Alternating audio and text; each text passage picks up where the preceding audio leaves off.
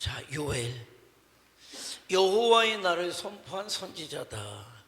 이 여호와의 날은 어둡고 두려운 날, 다시 얘기하면 심판의 날. 나는 심판의 날을 선포한 선지자가 요엘이다. 그러니까 여호와의 날, 사실은 요엘 선지자뿐만이 아니라 사실은 이사야에서부터 말라기까지 총 17명의 선지자들이 사역을 하는데 그 사실 핵심은 같아요. 자, 하나님의 심판. 요일은 특별히 여호와의 날이라고 이야기하지만은 여호와의 심판을 얘기해요. 너희가 심판받게 될 것이다. 믿음에서 떠나 있기 때문에, 하나님을 섬기지 아니하고 우상을 섬기기 때문에, 하나님의 백성으로 살지 않기 때문에 너희가 심판을 받게 될 것이다. 근데 그게 끝이 아니잖아요. 그러나 지금이라도 너희의 죄를 깨닫고 돌이키고 회개하면 하나님께서 용서하시고 너희를 살게 하실 것이다. 이게 선지서의 뼈대예요. 핵심이에요. 어느 선지자가 하나님의 말씀을 대언하듯 그 핵심은 그거예요. 너희가 죄 가운데 있으니 너희를 심판하실 것이다.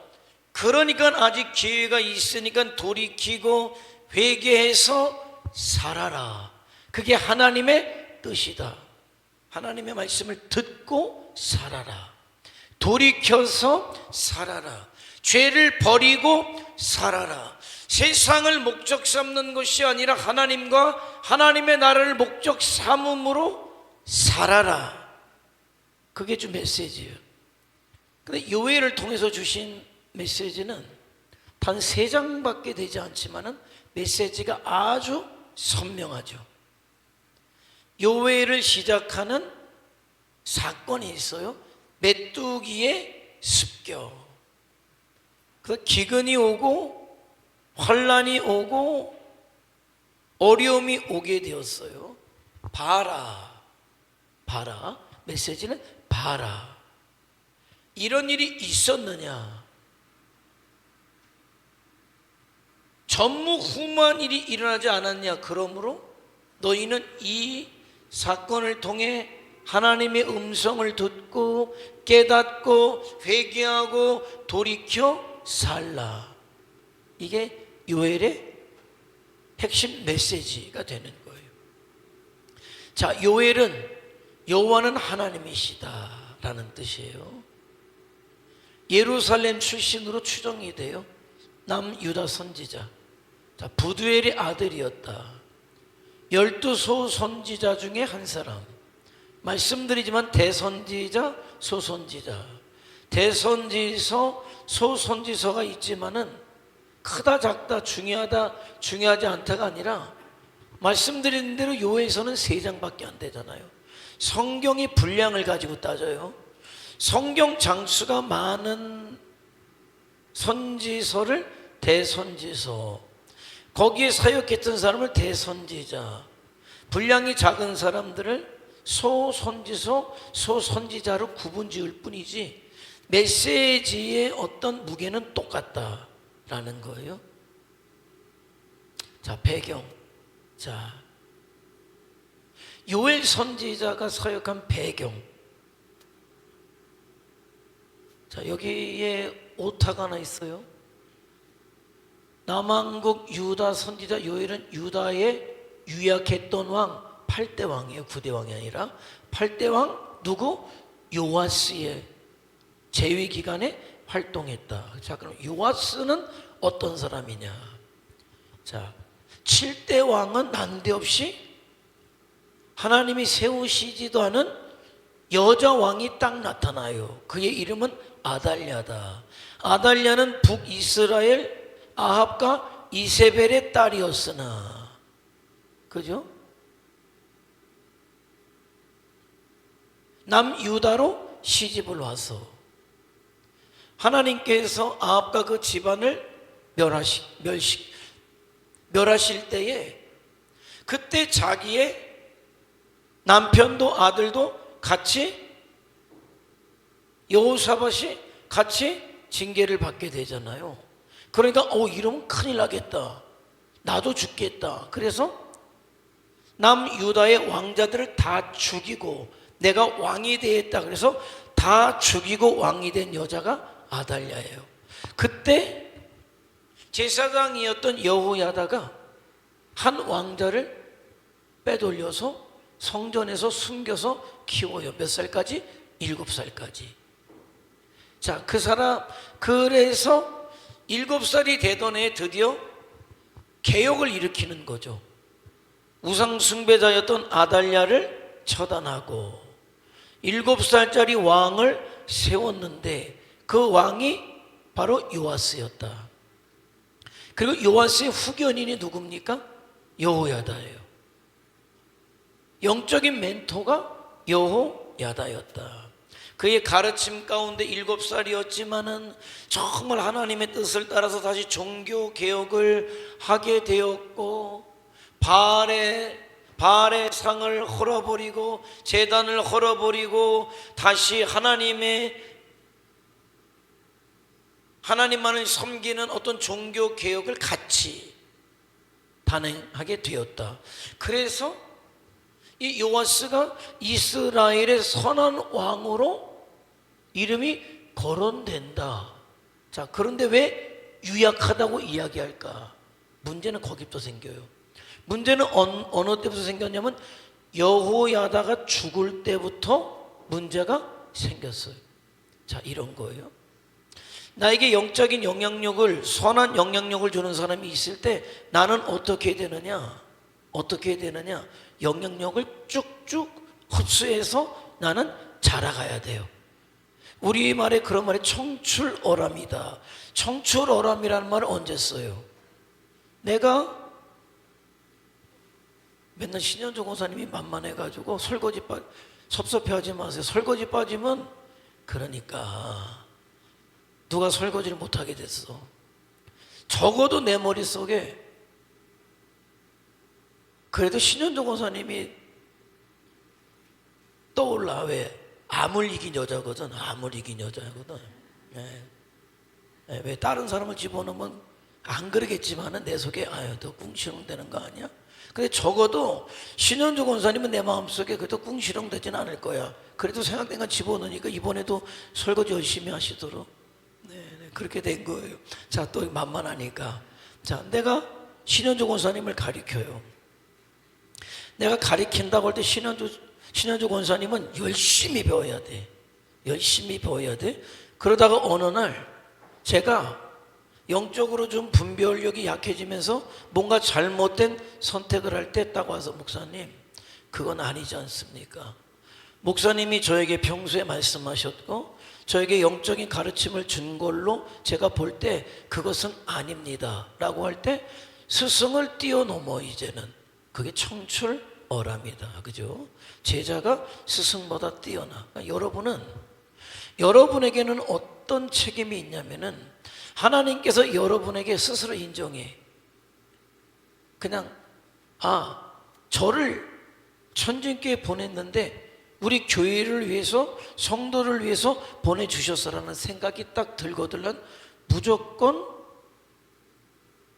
영적인 영향력을 어떻게 흡수해야죠.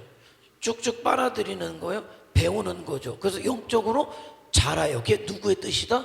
하나님의 뜻이다. 이거예요. 아마도 요아스에게 하나님이 기대하신 것은 그것이 아니었을까. 여호야다라는 그런 훌륭한 영적인 멘토를, 후견인을 그에게 주셨는데 문제는 뭐냐? 그가 성인이 됐어요. 장성했어요. 여호야다가 세월 앞에 육신이야 어쩔 수 없잖아요.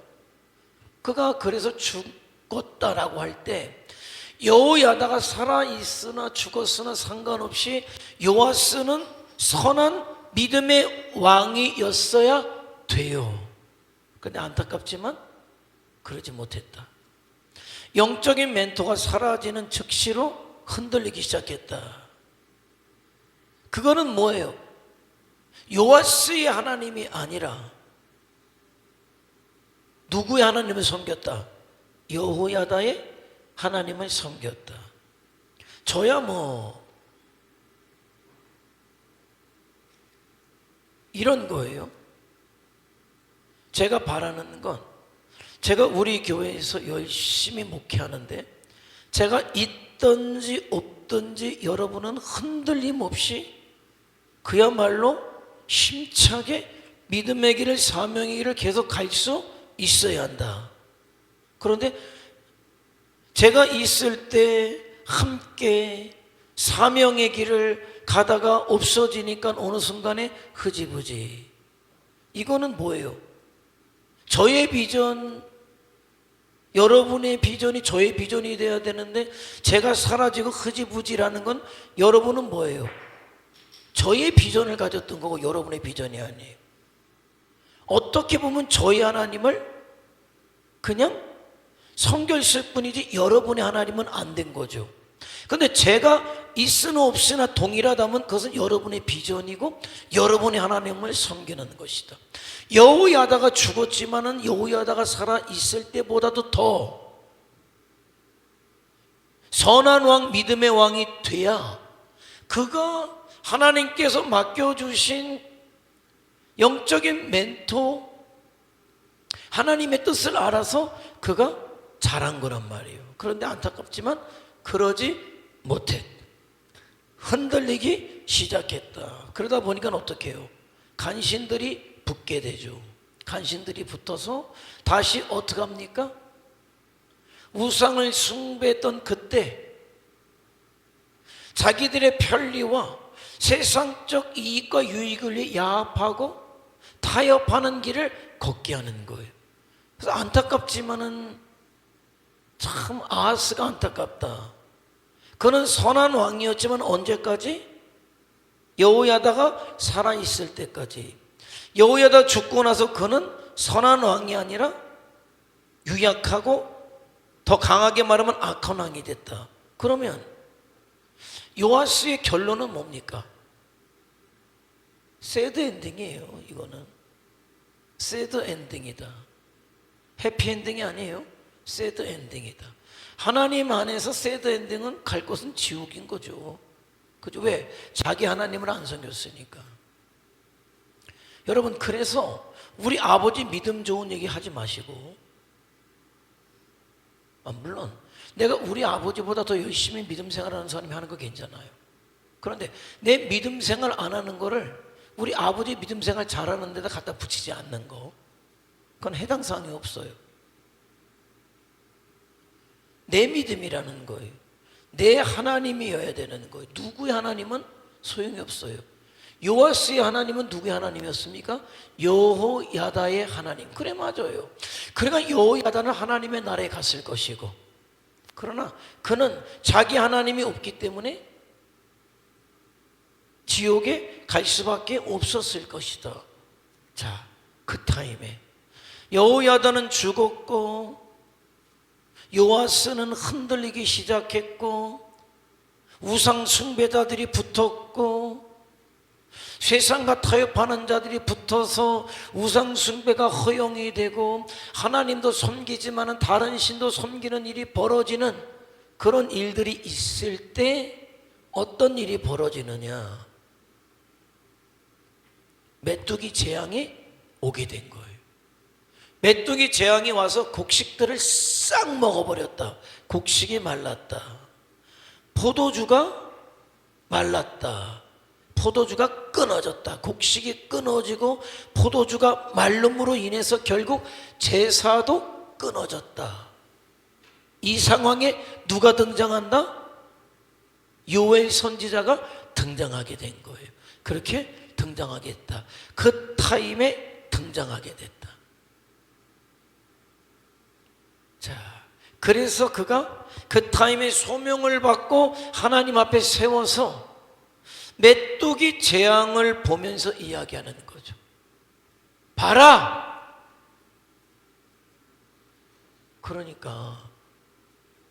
여러분, 너희가 메뚜기 재앙을 보고 뭐해라? 깨달아라. 깨달아라. 회개하고 돌아와라. 그러면 하나님께서 너희를 다시 살리실 것이다. 그러니까 하나님의 날이 돌아오지 않는 자에게는 심판의 날이지만은 하나님의 날이, 여호와의 날이 돌아온 자에게는 어떤 날이 될 것이다? 구원의 날이 될 것이다. 그 증표는 뭡니까? 만민에게 성령을 부어 주실 것이다. 그게 요엘의 핵심 메시지인 거죠. 핵심 메시지인 거예요. 자, 그러니까 사람들은 이렇게 생각해요. 그러니까 쉽게 10가지 재앙이 애굽에 벌어지잖아요. 근데 난데없는 재앙이 10가지가 일어난 게 아니에요. 10가지 재앙은 하나하나가 뭐와 관련이 있을까요? 애굽의 우상과 관련이 있어요. 그냥 뭐 난데없이 그냥 이것저것 그냥 끊어다가 그냥 뭐 그냥 이번은 이걸로 한번 혼나봐라, 이번은 이걸로 한번 혼나봐라가 아니라 하나에서 10가지가 이스라엘 백성들의 우상과 관련이 있고 그들의 생명줄과 관련 있는 것들을 가지고 하나님께서 재앙을 내리실 때 뭐예요? 봐라, 니네가 섬기는 나일강이, 니네가 섬기는 태양신이, 니네가 섬기는 이런 것들이 하나님 앞에 아무것도 아니지 않느냐. 재앙이라는 것을, 그러니까 요엘을 통해서도 볼 때 메뚜기의 재앙을 통해서 너희는 뭐해라? 깨달아라. 그러니까 이 재앙은 단순히 자연현상이 아니라 이 재앙을 통해서 하나님은 무엇을 하고 계신다? 말씀을 하고 계신다. 하나님의 뜻을 전하고 계신다. 똑같아요. 그러니까 영적으로 민감하다는 건 그래요. 믿음의 사람들에게 있어서 우연은 없다. 맞죠? 정확히 맞아요. 예수 믿는 사람들에게 우연히 일어나는 일은 없어요. 재수 없기 때문에 일어나는 일도 절대로 없어요. 해가 서쪽에서 떴기 때문에 여러분에게 좋은 일이 일어난 게 아니에요. 하나님의 사람에게는 절대적 필연이라는 게 따라오게 돼 있단 말이에요. 필연이다. 내 작은 것 하나 일거수일투족이 안고 일어섬이 하나님의 섭리 안에 있다는 것을 우리는 인정해야 돼요. 그게 안 되면 신앙이 안 된단 말이에요. 그렇게 놓고 볼 때 그러면 저와 여러분의 삶 가운데 일어나는 크고 작은 일들이 우연이냐? 절대 아니죠. 우연은 절대 아니에요. 필연이다. 그러면 내 삶에 일어나는 크고 작은 일들을 통해서 나는 무엇에 민감해야 돼요? 무엇에 민감해야 됩니까? 하나님께서 나에게 말씀하시는 게 무엇인지를 들을 수 있어야 돼요. 영적으로 민감하다는 것은 그런 거예요. 아유, 뭐 살다 보니 그런 일이 있지, 뭐 넘어가. 하나님 말씀하시는데 재수가 없다 보니까 그런 일이 벌어졌어? 넘어가. 하나님은 말씀하시는데. 그러니까 영적으로 둔감한 거예요, 여러분. 내 삶에 일어나는 크고 작은 일들을 그 속에서 하나님이 나에게 지금 무엇을 말씀하시는지, 그리고 내가 깨달아야 할 것이 무엇인지를 아는 것이 절대적으로 필요하다. 오늘 요엘을 보면 알잖아요. 그러니까 이래요. 자, 한마디로 요약하면 요엘은 하나님의 징계를 통해서 뭐 해라? 여기 생각해 보세요. 자, 앞을 한번 보세요. 내 얼굴이 안 보인다. 자리 위치 조정해 보세요. 내 얼굴이 안 보인다. 자, 여기 보시고, 네?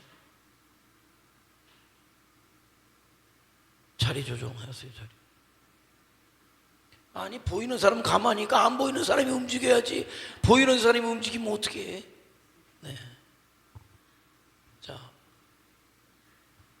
재앙을 통해서, 징계를 통해서 하나님은 나를 어떻게 하신다? 나에게 말씀하시고 나를 깨우쳐 주신단 말이에요. 깨우쳐 주셔요. 깨우쳐 주셔요. 재앙이 왔다, 징계가 왔다, 그러면 하나님께서 분명히 나의 어떤 것을 지적하시겠죠. 이스라엘 백성들의 불신앙을 지적하듯이. 그러면 문제를 통해, 재앙을 통해, 환난을 통해 나는 깨달아요. 깨달아요. 그럼 그 다음에 어떤 게 선행이 돼야 돼요? 깨달았다. 깨달은 사람이 하는 게 뭐예요? 회개하는 거죠. 하나님은 징계를 통해서, 문제를 통해서, 질병을 통해서, 내 삶의 이런저런 일들을 통해서 나에게 말씀하시니까 난 들어야죠.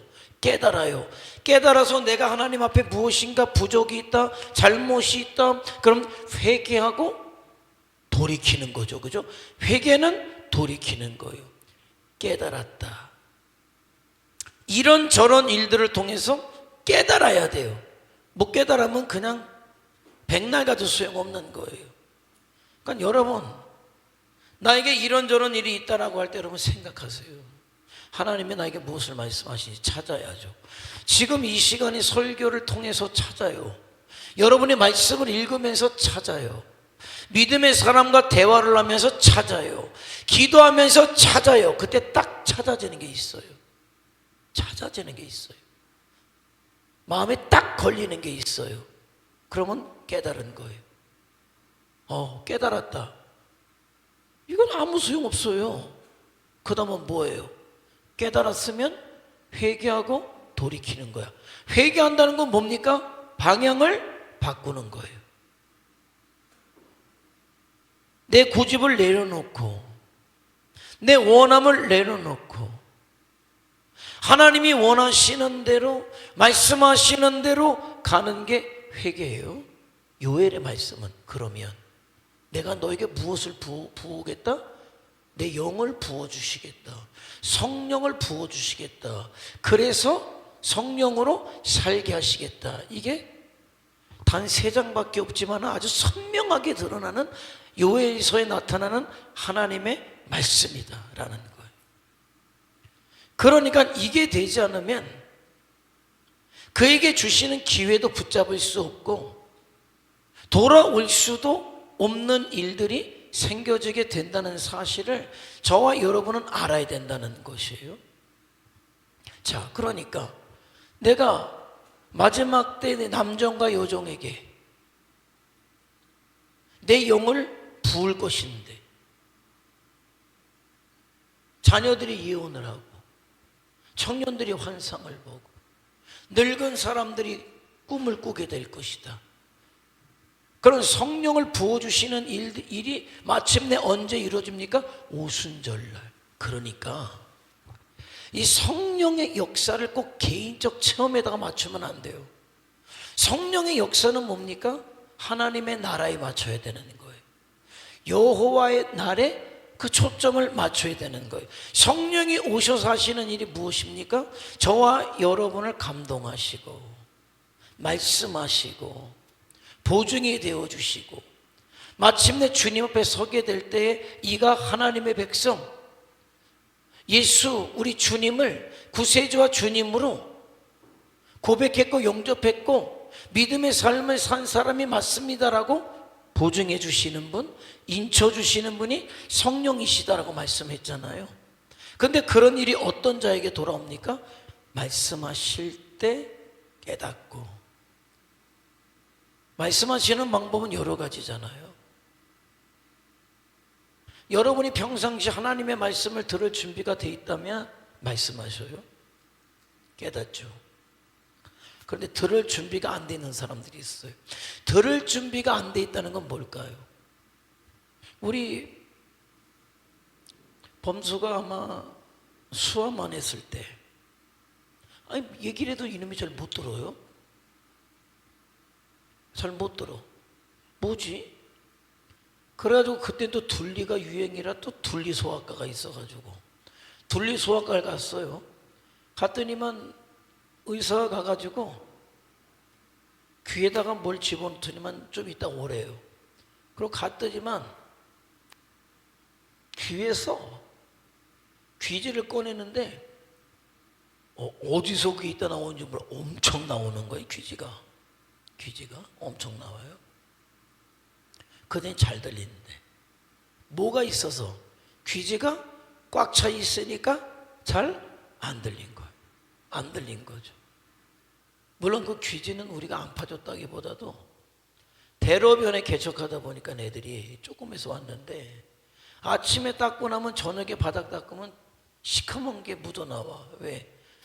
왕복 4차선 대로인데 차들이 얼마나 다니는지 길가에 있다 보니까 밑에는 또 중국집이고 그러다 보니까 얘가 중이염이 계속 겨울 되면 코가 뭐 하여간 겨울 끝날 때까지가 중이염이 오니까 여기에 귀지가 많이 차더라고요. 중이염이 오니까. 그러다 보니까 그러니까 이래도 안 들리고 저래도 안 들리고 꽉 막고 있으니까 안 들리잖아요. 왜 하나님의 음성이 안 들릴까? 하나님의 음성이 안 들리는 이유는요, 저와 여러분에게 있는 내 욕심 때문에 안 들려요. 내 육신적인 어떤 그런 욕심 때문에 하나님의 음성이 안 들려요. 내가 이 일을 해야지 라는 마음이 꽉 들어오면 하나님께서 어떤 말씀을 하셔도 안 들려.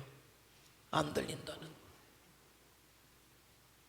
세상적인 욕심으로 가득 찼을 때, 아니면 내 육신적인 어떤 그런 원함이 있을 때, 그게 말씀보다 더 강할 때 안 들리는 거죠. 분명히 말씀하시는데 안 들려요. 자, 모세가 이런 생각을 가지고 있었어요. 뭐냐? 내가 하면 된다. 왜? 나는 자신만만하니까. 나는 애굽의 왕자니까. 자기가 플랜을 딱 세우는 거죠. 이 백성을 내가 애굽의 왕자니까 이렇게 내가 구원할 거야. 그런 건 하나님의 뜻은 아니에요. 너무 자신만만하니까. 너무 자기 것으로 꽉 차 있으니까. 그게 뭐 자기가 뭐 자랑스럽게 여기는 세상적인 그 어떤 것이라 할지라도 너무 꽉 차 있으니까. 그런데 하나님께서 40년 만에 그가 보기 좋게 실패하고 내가 한번 해보겠다 보기 좋게 실패하고 광야로 도망 나가서 처갓집 양이나 치고 있을 그때에 도망 나간 지 1년도 지난 게 아니고 10년도 아니고 20년도 아니고 40년이 지나간 그 시점에 하나님께서 호렙산에서 나타나셨다. 떨기나무 불꽃 가운데 나타나셨다. 그런데 그때 하나님이 말씀하실 때 모세가 하나님의 음성을 들어요. 그때는 어떤 때입니까? 왕자라는 어떤 당당함도 없고 자기가 가지고 있다는 그 어떤 것도 없고 그 배웠던 지식도 40년 동안에 다 까먹고 그 무예도 다 녹슬고 없고 별 볼 일 없는 노인이 되었을 때 하나님의 음성이 들려왔다. 그 얘기는 뭐냐면 어떤 육신적인 모든 것이 딱 내려지니까 비로소 하나님의 음성이 들려왔다. 근데 그전에는 말씀 안 하셨을까요? 아니 원래 모세의 출생 자체가 하나님께서 그 모세를 통해서 출애굽의 역사를 이루려고 살려낸 사람이 모세예요. 그런데 뭡니까? 자기 걸로 꽉 차 있으니까 안 들려요. 하나님의 뜻을 말씀드리죠. 그러나 무엇인가 어떤 부분에 내 것으로 내 생각으로 꽉 차 있으면 아무리 얘기도 안 들려. 아무리 얘기도 소용없어요. 그런데 정말 내 것을 내려놓고 하나님 것을 받아들일 준비가 있느냐? 언제 하나님의 음성이 잘 들릴까요? 언제 잘 들릴까요? 언제 잘 들릴까요? 하나님의 음성이. 언제 하나님의 말씀이 잘 깨달아집니까? 승승장구할 때 같지만 아니요. 오히려 실패했을 때. 건강할 때 같지만은요 오히려 병들었을 때. 그러니까 내가 내 것으로 가득 차서 못 들을 때 하나님은 여러분이 들을 수 있는 환경을 주신단 말이에요. 여러분의 삶에 어떤 급격한 변화가 와요. 여러분의 뜻한 대로 되지 않는 어떤 그런 상황들이 벌어질 때 여러분은 귀를 열라는 거예요. 내 생각을 내려놓고 병원에 입원하면 참 희한하더라고요. 그렇게 아둥바둥 살던 사람이 암 선고를 받고 병원에 누워 있으니까 모든 욕심이 다 없어졌더라고. 그렇게 하루하루 스케줄이 그냥 막 그거 소화해내니라고 그랬던 사람이 아무 상관없더라고. 그렇게 말기암을 걸려보니까 중요한 것도 없고 용서 못할 사람도 없고 하나하나 정리하면서 하나님의 음성이 들려오고 내 인생이 뒤돌아봐지고 내가 무엇을 잘못 살았는지 내가 이제라도 정신을 어떻게 차려야 될지가 보여지더라. 왜 그럴까? 내 것으로 가득 차 있으면 들리지가 않는 거야. 이스라엘 백성들이 너무 세상 욕심이 가득 차 있으니까 하나님이 뚝 끊으시는 거죠. 무엇으로? 메뚜기가 와가지고 모든 곡식을 싹 먹어버리니까 곡식이 딱 끊어진 거예요. 포도주도 딱 마른 것이죠. 그러고 나서 다 잃어버리고 나니까 요엘이 등장한 거예요. 하나님은 지금이라도 너희가 돌아오기를 원하신다. 이거는 하나님께서 너희를 부르시는 하나님의 부르심이다. 이제라도 너희가 깨닫고 돌아오면 하나님께서 너희를 살게 하신다고 하신다. 그러니까 너희가 돌아와라. 이렇게 말씀하고 있는 거예요. 그러니까 우리가 예민할 필요가 있어요. 영적으로 예민해야 살아요. 자, 요엘 한번 읽어볼까요? 시작.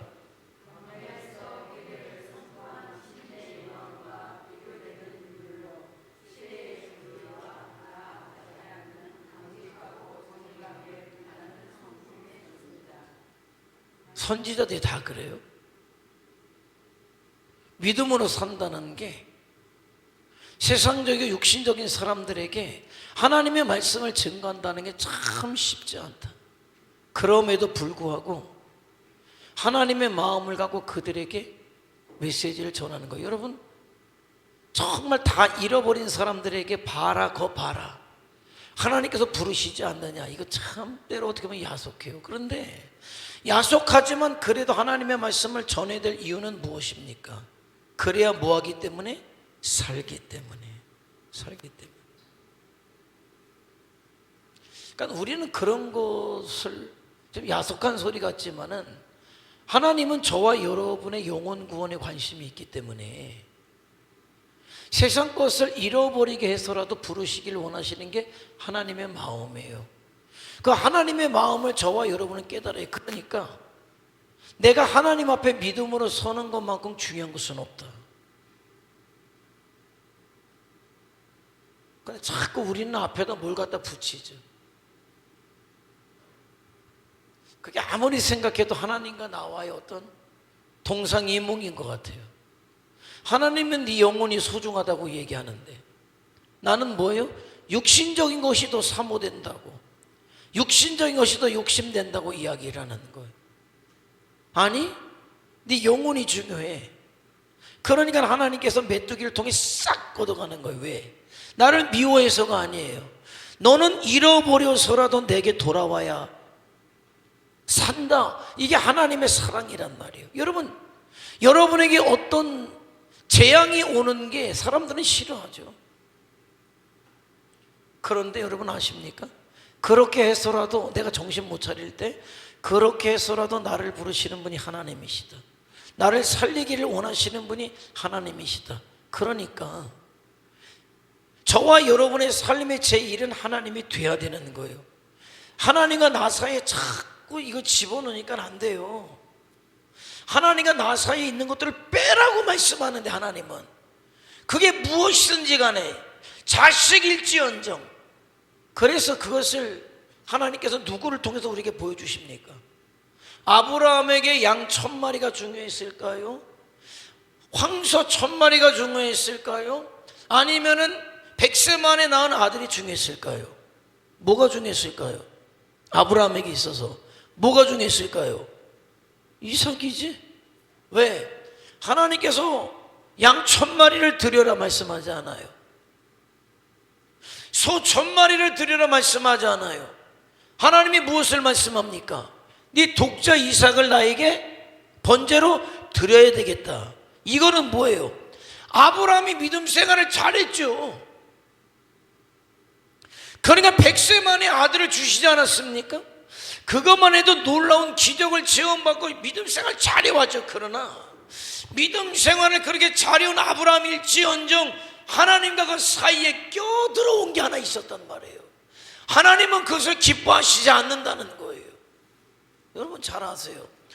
요셉을 소중히, 이삭을 소중히 여기지 않는다는 게 아니에요.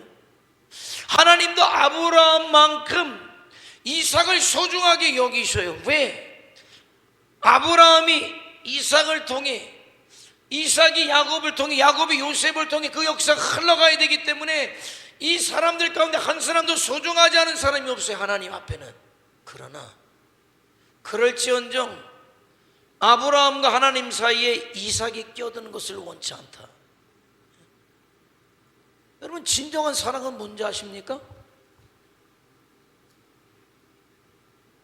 진정한 사랑은 한민하고 원사님하고 나하고 사이에 누가 끼어들어왔다. 이건 뭐라 그래요? 이걸 갖다가 전문 용어로 뭐라 그래요? 끼어들어왔다. 삼각관계지 뭐야? 삼각관계죠. 그건 진실한 사랑이 아니에요. 어떤 것든지 끼어들어오는 건 사랑이 아니에요. 하나님이 원하시는 사랑은 나와 하나님 사이에 그 어떤 것도 껴있지 않은 순수한 사랑, 진정한 사랑을 하나님은 원하신다는 거예요.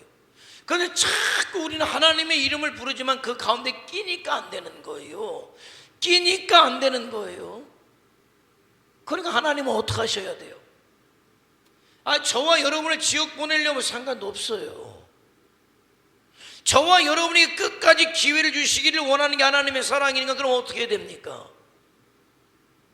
하나님의 나라를 부르기 위해서 끼어드는 게 있으면 안 되니까 어떻게 해야 돼? 하나님 입장에서는 정신 못 차리고 있으니까, 못 보고 있으니까 하나씩 빼버리겠지. 빼버리면 하나님과 나 사이가 딱 보이겠죠. 그거예요. 여러분 신앙생활은 지혜롭게 해야 돼요. 여러분이 세상에 그 어떤 것도 여러분에게 필요 없다는 게 아니잖아요. 필요해요. 여러분의 자식을 사랑하지 말라는 게 아니에요. 자식도 사랑해야 돼요. 그러나 하나님과 나 사이에 중간에 두지 말라는 거, 이거는 미련한 사람이에요. 왜 하나님의 축복을 받아야 될 내 자식을 중간에 끼워놔가지고 그 자식을 하나님께서 치우게 만듭니까? 그럼 곱게 치워지지는 않을 거 아니에요. 이런저런 일을 당하게 될 것 아닙니까? 그게 미련한 거예요. 그게 내가 사랑하지만은 하나님과 내 사이에 끼지 말고 하나님 다음에 두란 말이에요. 그 다음에 두란 말이에요. 어떤 고민이 오고 갈등이 올 때 고민하지 말아요. 갈등하지 말아요. 하나님 다음이야. 하나님 먼저는 아니에요. 하나님의 일이 지장되면서까지 아니에요. 저희도 다 여러분의 마음하고 똑같죠. 저도 아이들이 있으니까 똑같죠. 그럼 아이들이 그래요. 언제 가면 어떨까 이렇게 물을 때가 있어요. 근데 우리는 달력을 봐요.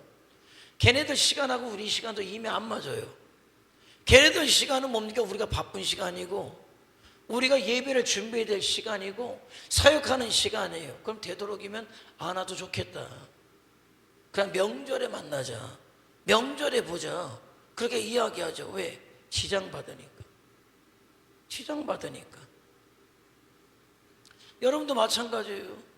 정말 여러분의 자식들을 사랑한다면 하나님과 여러분 사이에 두지 말아라. 여러분이 어떻게 소중히 여기는 것들을 하나님과 여러분 앞에 두지 마라. 여러분의 그게 직장이 됐던 사업이 되었던 여러분이 좋아하는 무엇이든 반드시 언젠간 치워지게 돼 있어요. 여러분을 버리시지 않는 한, 하나님께서 여러분을 버리시지 않는 한 반드시 치워지게 돼 있어요. 그런 것을 제대로, 그런 감을 갖고 있어야 돼요. 그 영적인 감인 거예요. 그런 영적인 감이 없으면은 이 일 저 일 다 뺏기고 난 다음에 그때 가서 이제 비로소 깨닫는 거예요. 이스라엘 백성들이 수많은 선지자들이 얘기했는데 돌아왔다면 메뚜기의 재앙이 올 이유가 없잖아요. 다 뺏긴 거죠. 먹을 것까지 싹 뺏긴 거죠. 그런데 하나님은 뭐예요? 하나님의 뜻은 재앙이 아니라 구원이란 말이죠. 여호와의 날을 요엘이 선포하지만은, 심판을 선포하지만 핵심은 심판이 아니에요. 구원이지. 여호와의 날이 선포가 돼 있으니 너희는 아직 기회가 있으니 회개하고 돌이키고 살아라. 하나님과 너희 사이에 끼어들어와 있는 모든 것들을 다 치워버리고 오직 하나님을 선명하게 똑바로 바라보고 하나님께만 경배하고 하나님의 뜻을 따라 사는 하나님의 백성이 되어라. 그럼 너희가 살게 될 것이다. 그거예요. 이제부터 자꾸 치우는 연습을 하세요. 치우는 연습을. 내가 그렇게 소중히 여긴 그것이 말이에요. 참 아무것도 아니에요. 근데 참 그 희한해. 그게 뭐 때문에 그런지 모르겠어요. 당장 오늘 밤 나에게 어떤 일이 일어날지도 모르는 인생이에요. 어떤 일이 일어나면 그렇게 애지중지역인 게 아무것도 아니에요. 우리 어머님이 우리 어머님은 참 체형이 말이죠. 발도 그렇고 신발 하나 사드려도요 주문해야 돼. 아니 무슨 애들 발이야. 그 아동화 하나 가서 신으면 딱 맞는데 어른이 그 아동화가 이게 맞습니까? 그러면 가게 되면 200 얼마야? 220이야? 230이야 발이. 어머님 발이 25. 발이 225예요. 없어. 그럼 어떻게 해요? 구두 회사에다 전화해가지고 225를 만들어달라 그러고 기다려야 와요. 맨날 그렇게 해드려도 신을 신발이 없다 그러지. 아니 신발장에 신발이 쌓여있는데 신은 신발이 없다 그러지. 옷장에 옷이 그렇게 많은데 입을 옷이 맨날 없다 그러지. 그런데 어느 날 아침에 전화가 급히 왔어요. 어머님이 쓰러지셨다고. 뇌출혈이지. 어머님 돌아가셨잖아요. 한 트럭이 나왔어요. 한 트럭이. 어머님 옷, 신발 쓰시던 게 한 트럭이 나왔어요.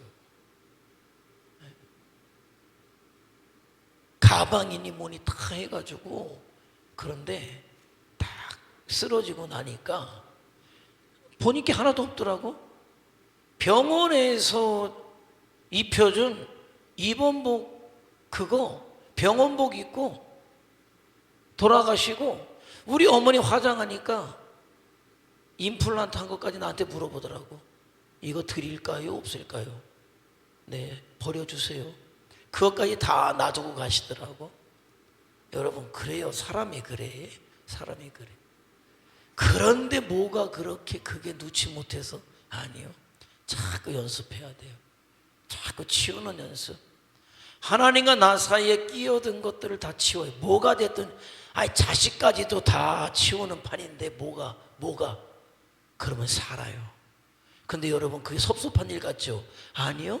사는 길을 말씀하는 거예요. 사는 길을. 산다니까요. 치우면 살아요. 안 치우면은 그게 살 것 같죠? 안 치우면 죽는 길이에요. 안 치우면. 그러나 치우면 살아요. 여러분 경험해 보세요. 치우면 산다는 걸 경험해 보세요. 자꾸 얘기하죠. 이론의 하나님이 아니라 경험의 하나님. 네? 여러분이 그 선택을 통해서 경험해 보시라니까요. 정말 하나님만 바라보는데 방해되는 것들을 치워보시라니까요. 어떻게 하나님께서 여러분을 살게 하시는지. 그래서 요엘의 핵심은 그거예요. 재앙을 통해서 이제라도 치워라. 돌아와라. 살게 될 것이다. 성령을 통해서 내가 살게 할 것이다. 내가 남종과 여종에게, 만민에게 내 영을 부을 것이다. 살게 할 것이다 라는 것이죠. 그러니까 저와 여러분은 이제부터 하나님이 제일이고 나머지 우선순위를 정하세요. 하나님이 제일이고 고민하고 할당하지 마세요. 하나님 앞에 서는 게 제일이다. 그 다음이에요. 하나님과 나 사이 무엇이든지 두면 안 돼요. 그럴 때 하나님께서 살게 하시는 그런 은혜가 저와 여러분에게 충만하시기를 주님의 이름으로 축원해 드립니다. 기도하시겠습니다. 기도하죠.